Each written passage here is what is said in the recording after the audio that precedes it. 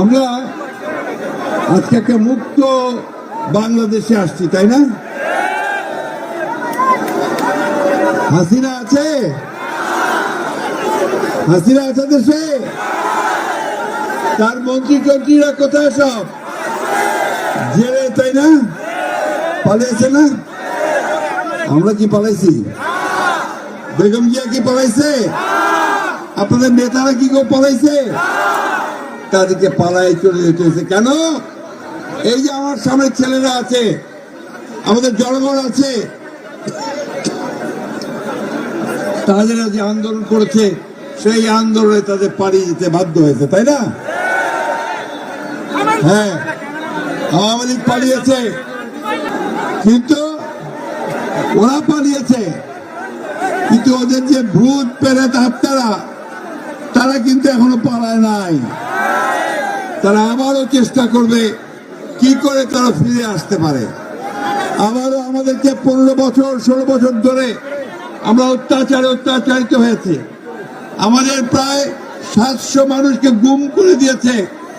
আপনাদের পাশের লাকসামের পারভেজ হিরুকে গুম করেছে না? আমাদের ঢাকাতেও সেরকম প্রায় 700 লোককে গুম করেছে। আমাদের কয়েক হাজার লোককে গুলি করে হত্যা করেছে। এমনকি 24-এর এই আন্দোলনে তারা রাস্তার মধ্যে আমাদের ছেলেদেরকে পাখির মতো গুলি করে মারছে, পারতেন না? ঠিক কিনা বন্ধুগণ? এদের হাত থেকে আমরা রক্ষা পেলেও এটাকে এখন যে স্বাধীনতা, এটাকে সংগত করতে হবে, এটাকে এখন জোরদার করতে হবে। আমাদের ছাত্র জনতার যে ঐক্য তৈরি হয়েছে, সেই ঐক্যকে আমাদেরকে আরো শক্ত করে ধরতে হবে বন্ধুগণ। আমরা এখানে কোন নির্বাচনের ক্যাম্পেইন করতে আসি নাই। আমরা এখানে এসেছি, আজকে আমাদের বন্যায় আমাদের অনেক ভাই বোন কষ্ট পেয়েছেন, দুর্গত হয়েছেন, তাদের পাশে দাঁড়াবার জন্য বেগম খালেদা জিয়ার তারেক রহমানের নির্দেশে আজকে আমরা আপনাদের এখানে এসেছি। তাই বন্ধুগণ, আজকে আমরা কোনো নির্বাচনের কথা বলবো না, আমরা শুধু বাংলাদেশের কথা বলতে চাই। যে ফ্যাসিবাদ আমাদের বুক থেকে সরে গেছে, সেজন্য আবার ফিরে আসতে না পারে, তার জন্য আমাদেরকে বর্তমানের যে সরকার আছে, প্রফেসর ইউনূসের যে সরকার, একটা অন্তর্বর্তীকালীন সরকার, মাঝখানের সরকার, তাদেরকে আমাদেরকে সহযোগিতা করতে হবে। আজকে সমস্ত রাজনৈতিক দলগুলোকে ঐক্যবদ্ধ হতে হবে, ঐক্যবদ্ধ হয়ে এই স্বাধীনতাকে সুসংগত করতে হবে। অনেকেই এখন অনেক রকম মনে করতে বোধ একেবারেই স্বাধীন হয়ে গেছি, এখন যা খুশি তাই করতে পারি। আমি না, যা খুশি তাই করলে আপনার স্বাধীনতা থাকবে না। ওরা আবার রাষ্ট্র ক্ষমতা দখল করে নেবে, তখন আবার আমাদের অত্যাচার নির্যাতন নিপীড়ন নেবে। এখন এই মুহূর্তে আমরা যেটা চিন্তা করব সেটা হচ্ছে যে আমাদের এই সরকারকে সহযোগিতা করব, আমাদের পুলিশ ভাইদেরকে সহযোগিতা করব, আমাদের প্রশাসনকে সহযোগিতা করব, এবং ঐক্য দৃঢ় রেখে একসাথে আমরা কাজ করব বন্ধুগণ।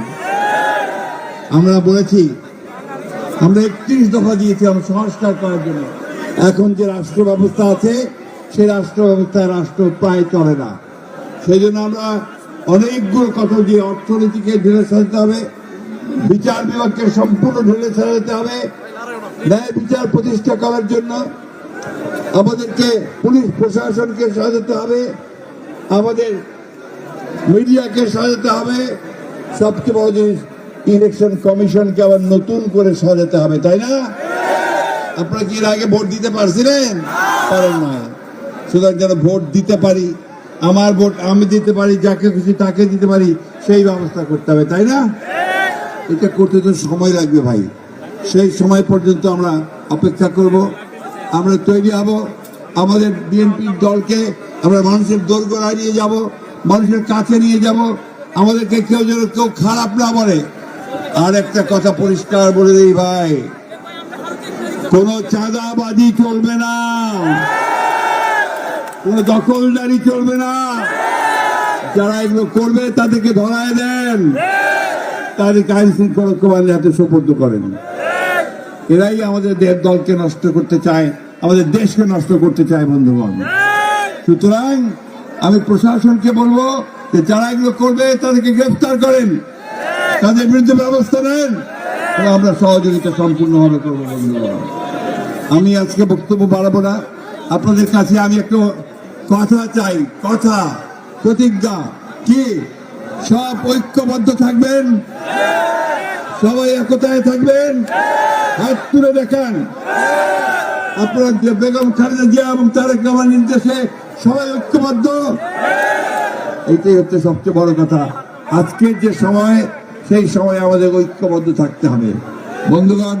আবার আমি বলি, আমরা এরপর আরো দুটো জায়গায় যাব, আপনারা ধৈর্য ধরে থাকবেন, নিজেদের মধ্যে কোনো অশান্তি করবেন না। শান্তি শান্তি মানুষের ভালোবাসা নেওয়ার চেষ্টা করেন, মানুষের ভালোবাসা নিলে আপনারা অনেকদিন টিকে থাকতে পারবেন। যারা বন্যায় দুর্গত হয়েছেন, কষ্ট পেয়েছেন, আমরা আপনাদের সঙ্গে সহযাত্রী আছি, আপনাদের সঙ্গে আজকে আমরা এসেছি, বুকে বল রাখবেন। মানুষ আপনাদের পাশে আছে, আমরা আপনাদের পাশে আছি। যে শরীর বেগম খালেদা জিয়া, তারেক রহমান আমাদেরকে পাঠিয়েছেন আপনাদের পাশে দাঁড়ানোর জন্য, আমরা আপনাদের সঙ্গে আছি, থাকবো ইনশাল্লাহ। আমি আর বক্তব্য দীর্ঘ করবো না, আপনারা শান্তিতে থাকবেন, কেউ বিশৃঙ্খলা সৃষ্টি করবেন না। আমরা যাদের ঘর বাড়ি নষ্ট হয়েছে, আমরা চেষ্টা করবো তাদের ঘর বাড়িগুলো করে দেওয়ার জন্য। আপনারা সবাই ভালো থাকবেন।